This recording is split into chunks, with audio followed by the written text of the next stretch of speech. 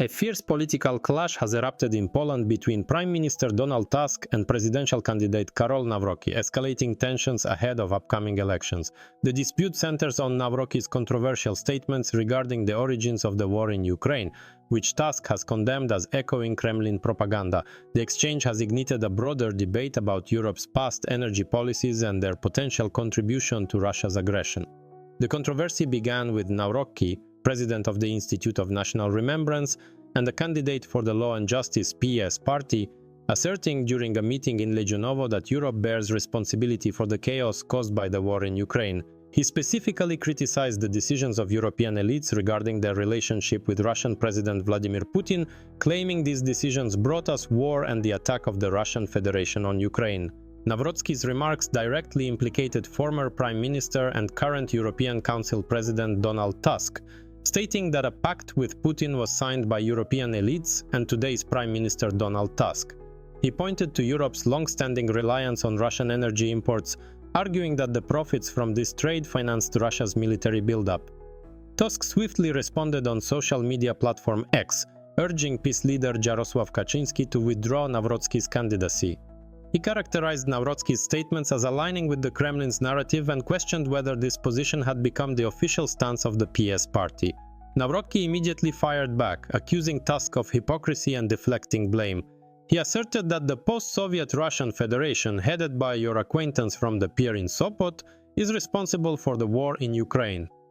This was a pointed reference to Tusk's past interactions with Putin, including a meeting on the Sopot pier in 2009 and the reset policy pursued with Russia during Tusk's previous term as Prime Minister. Nawrocki further claimed that Tusk and other European elites only emboldened Russia to attack. The spat has drawn in other political figures, with Adam Andruszkiewicz, a peace politician, defending Nawrocki and accusing Tusk and his supporters of being shameless manipulators. Nawrocki's comments, while controversial, touch upon a sensitive and long-debated issue: Europe's historical energy dependence on Russia. For decades, Western European countries, including Germany, France and Italy, have relied heavily on Russian gas, oil and coal. The Nord Stream pipeline, operational since 2011, exemplifies this relationship, providing a direct route for Russian gas to Germany, bypassing transit countries like Ukraine and Poland.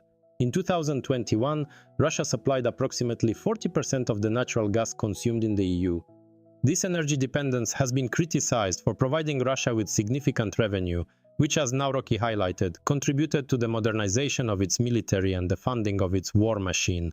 The annexation of Crimea in 2014 and the full-scale invasion of Ukraine in 2022 are seen by critics as direct consequences of this financial empowerment.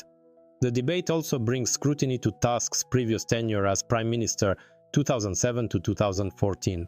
During this period, Poland, like many European nations, sought to normalize relations with Russia.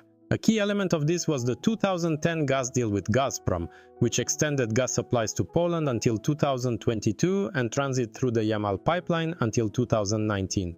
While the agreement was presented as ensuring energy stability, critics, particularly from the PS party, argued that it deepened Poland's reliance on Russia and hindered diversification efforts. Although during his term, Tusk had initiated the project of building the LNG terminal. The clash between Tusk and Nawrocki is not just a personal feud, it reflects deeper divisions within Polish politics and raises crucial questions about the country's and Europe's relationship with Russia. It can be interpreted from different points of view. It is certain that a political campaign is ongoing.